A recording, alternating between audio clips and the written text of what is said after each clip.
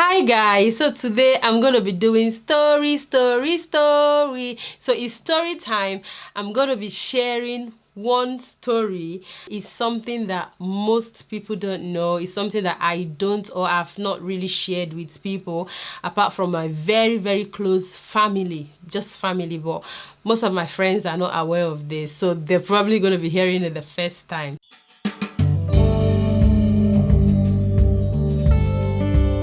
Hi guys, welcome back to my channel. My name is Precious. On this channel we give insight on family, relationship and lifestyle.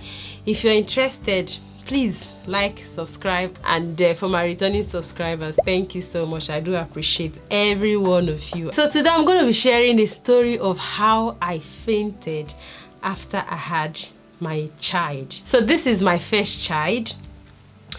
First pregnancy is usually something that everyone you're not sure what you're going to be expecting. It's something that people you don't know, you're just going into something you're not sure of.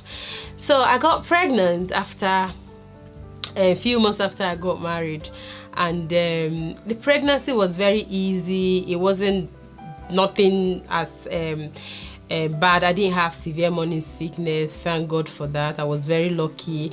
It was just okay. The only thing that changed was obviously the normal change. Your color will be from one color to another. Just normal change, stretch mark and every other thing. That was all that happened. So he was due on a Tuesday actually, and that Tuesday was the 26th, okay, 26th of April. So I went into labor on the 25th. Honestly, pregnancy is not easy, so I had enough. I did a bit of skipping that evening, and a few hours later I went into labor. I'm not sure if it's the right thing to do, but you know when a woman is like you're just tired, you just want the baby out. So I did that, and I think I've seen one YouTuber, I think it's Diana Ikwemi, they danced, that lady. Honestly, she danced and I'm sure that thing also helped her. She went into labor. So I did skipping around 6, and I went into labor I think around 11-12 Monday night. And I remember then in Port Harcourt, because if you don't know I'm a Port Harcourt girl, I am a Port Harcourt girl. Oh. Then in Port Harcourt, I think then you're not supposed, from 10 o'clock there was curfew or something, you're not meant to go out. So thank God my husband was with me that day. We immediately went to UPTH, driving down there, all the police checkpoint. My husband would just say, look, oh, she's in labor, look, she's in labor. And thank God all the police checkpoint we went past, they just let us go. They didn't ask too much questions. So we got to UPTH, that's University Teaching Hospital, Uniport. That's where I went to. All the Unipopo guys, I hear all of you. So I went to Uniport, so obviously I know Uniport very well. So we got to UPTH, got into the labor ward, and obviously my husband and immediately my mom, because I had to tell my mom immediately just came with my dad. So they were all there outside. I went inside. So I was in labor from that 12 o'clock Monday night, the whole of Tuesday, as in the whole of Tuesday I was in labor. I was in labor. The labor was, I can't even speak. So I was in labor. It wasn't an easy experience.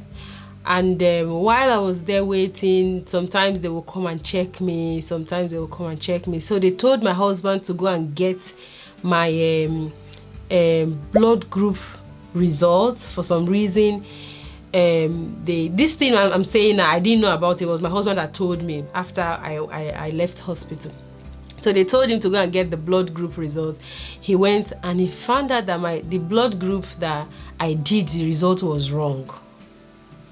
So it's not a problem because the blood group they actually gave to me, it wasn't the right blood group. But even if I had a transfusion, it wouldn't have been a problem as much because it was still compatible. But my main concern was the fact that I was given a different blood group. So my husband noticed it, and he told the person that gave him the result that this is not my wife's blood group. And thank God, this is why I'm going to be advising couples: make sure that you know your blood group and your genotype.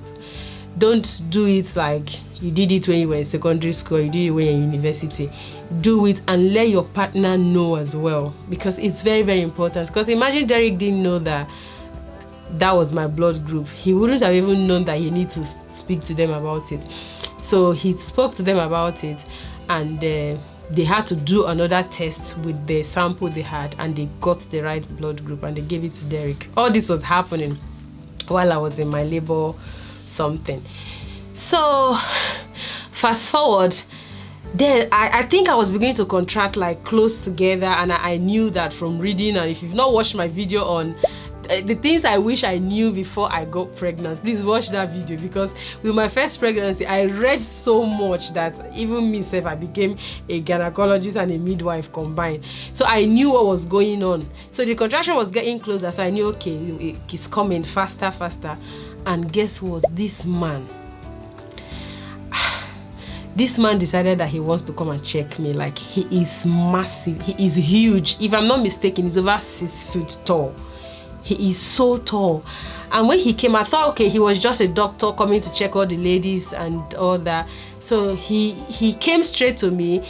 They said, this is the doctor that is checking you today, and something like that. And I'm like, okay, that's fine. And he said he wants to check me. He wants to check he wants to see how far I've contracted. Oh my God. When he put his hands inside there, I don't know if it was in fact, the labor pain was no longer even affecting me anyway. Again, it was his hand. It was so painful. And I was thinking to myself, how can this kind of man be that is as huge as this? And imagine, as huge as he is, his hands are going to be huge as well. He's putting his hands inside my thing. Like, anyway, it was not a nice experience, but he checked. Anything to get baby out, he checked, I endured, and he left.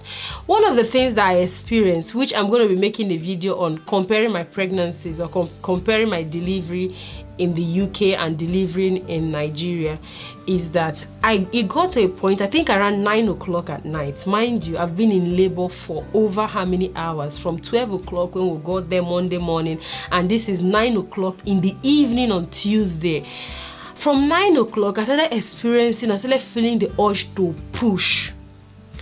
So I kept telling the midwife that I want to push. I feel like I want to pull. She would say, hold it, don't do it, or you're going to kill your baby. Who wants to kill their baby after carrying this baby 9 months? Then me, I want to kill this baby, God forbid. The thing will come, the urge for me to push will come. I will hold it and hold it. I will scream and hold it and hold it. From 9 o'clock to 11, I was screaming, shouting, come and check me, come and check me, come and check me, come. I was literally, it wasn't even the pain anymore. I was literally shouting, screaming, telling everybody to come and check me now, come and check me now. From that 9 o'clock, I was having this urge till 11 o'clock. Then one of the midwives came and checked me and said, oh yeah, I'm fully dilated, that they should take me straight to delivery room.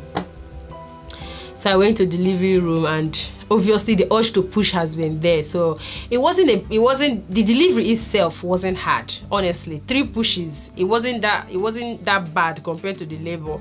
So the baby came, but before the baby came, unfortunately, one of the midwives decided to give me a cut, which one of the doctors questioned her why she gave me a cut, that she should have just waited a little bit, that he doesn't think I needed a cut. But anyway, I'm not even complaining about it. My own is let the baby come, isn't it? So the baby came, and after the baby came, they took the baby. Mind you, my husband, mother, father, everybody are outside. They don't know what is going on. So they took the baby, and they called the other doctors to come and stitch me up. So they stitched me up, and one other lady who is also a midwife came, and checked that everything was okay, and I said to the lady innocently, because I was awake when everything was going on. So I said to the lady that, when am I going to have a shower? As a newbie, and I didn't know anything. I was just a young girl in my naivety and in my not knowing. So I asked the midwife that, when am I going to have a shower? That I would like to have a shower. She said, oh yeah, if I want to have a shower, that's fine. I should just get up and have a shower. I just had the baby like 10 minutes ago, right? When the lady left the room, after she told me I can go and have a shower, I now stood up, and I was completely obviously not bare. I wasn't wearing anything. Stood up to grab my stuff just by the table, and that was it. I didn't know what happened. I can't tell what happened, and I don't know anything. And that was the first time I passed out. That was the first time I will I call it passed out, or will I call it fainted, or will I call it no, I don't know. That was the first time. So when I came around, I was sat down hunching like that. I don't know if you can see me. When I came around on the floor, completely naked on the floor, I was like that. When I opened my eye, I saw a lot of people around me, and I could hear the doctor saying, what is wrong with you? What is wrong with you? Why will you tell this girl to go and have a shower? Why will you go and tell this girl to have a shower? She's an innocent girl. You want to kill this girl, innocent girl. I was just hearing one of the doctors, a male doctor, a male voice talking. Then the midwife, which I assume would be the midwife or the nurse that asked me to go and bathe, was like, hey, God, oh, please, not be me, something like saying that, God forbid, I better go, not me go kill woman, we born pikin safely, only for the woman to come die from my hand. She was just saying things like that. If you don't understand pidgin English, what she meant was that she doesn't want to be the one that will be responsible for killing someone that had safe delivery, and because of her, or because of her lack of judgment, or because of her advice, someone that delivered safely or someone that had easy delivery would just die just like that. So they carried me from the floor and put me on the bed. So the doctors and the nurses were just, I've never seen so many people at this. If all those I was in labor shouting, come and help me, all of them did not come. There were so many doctors around when I came around. So I don't know how many minutes it lasted. I can't tell how many minutes it lasted. I don't know how I fell, and thank God when I fell, I did not hit my head on anything. This story is a testimony. Actually, I didn't hit my head on anything, or I didn't hurt myself. Even when I came around, I didn't have any pain or any bruise or anywhere. So the woman was she was so, all as in her mood just changed. She was so kind. She came, she said, do you want anything? She kept coming, do you want anything? She was even the one that carried me, put me on the wheelchair, took me to the bathroom, showered me basically. She did everything for me after that incident happened. Now, I had the baby around 11, let's say 11:30. Fast forward in the morning, when I finally saw my husband. I didn't see my husband for how many? From the Monday to the Wednesday morning. So I went, and my parents wanted to see me, so I walked out slowly, and they saw me. Everybody was like, congrats. My husband was like, congrats, and all that. So I said to my husband, did they tell you guys what happened? And my mother and my father, everyone was like, what happened? What happened? What happened?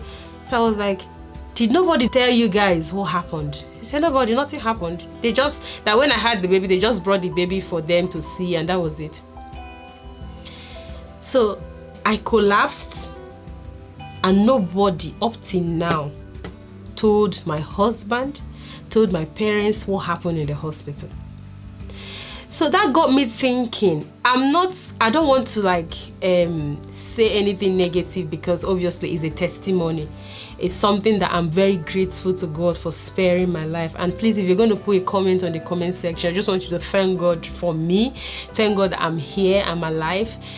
and I don't want any form of criticism or any form of blaming anybody. I know that people are meant to be blamed, but this story is basically to thank God for me, for keeping me alive, for not allowing me to die, because I felt like if I had died, nobody would have known why I died, how and what happened, because nobody told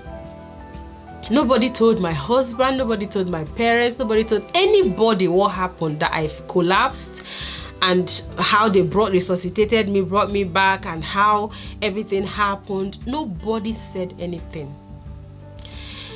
So when I told my husband, obviously he was angry, my parents were angry, and a lot of things happened that they were just disappointed that something like that happened and nobody said anything to them to at least let them know. For how many hours? From that 11 to the next morning, nobody said anything to them.